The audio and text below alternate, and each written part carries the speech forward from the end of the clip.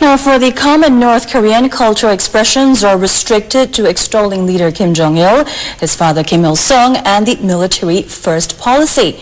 Now, meet one man who fought those constraints, all in the name of music. And sports news still ahead on Primetime News. I'll have the results from the season opening Bahrain Grand Prix.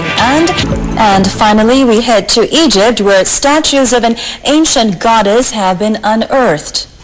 And on that note, I leave you now with a check on your local weather. Thanks for your company. Good night.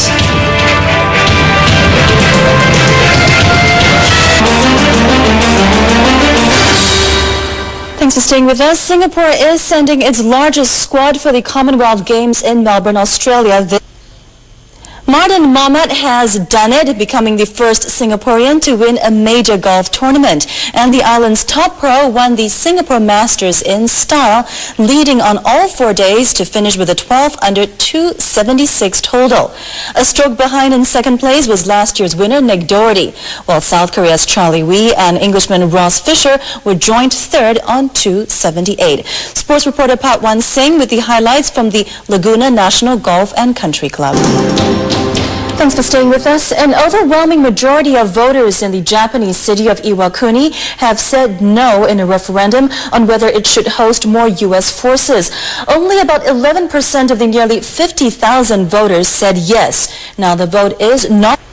Iran has threatened to quit the Nuclear Non-Proliferation Treaty if its nuclear rights are not accounted for. It also says it will never comply with any UN Security Council resolution ordering it to suspend uranium enrichment.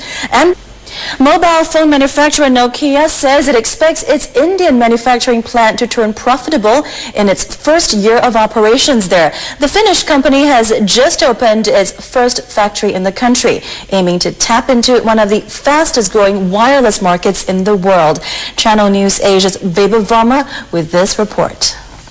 Now, for the common North Korean, cultural expressions are often restricted to extolling leader Kim Jong-il, his father Kim Il-sung, and the military first policy. Now, meet one man who fought those constraints, all in the name of music. Next, we head to Egypt, where statues of an ancient goddess have been unearthed.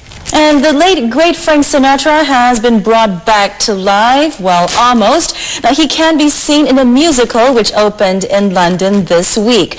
The show, simply called Sinatra, uses never-before-seen old footage and the latest in modern technology to create the illusion that the audience is actually watching the singer live. See it for yourself.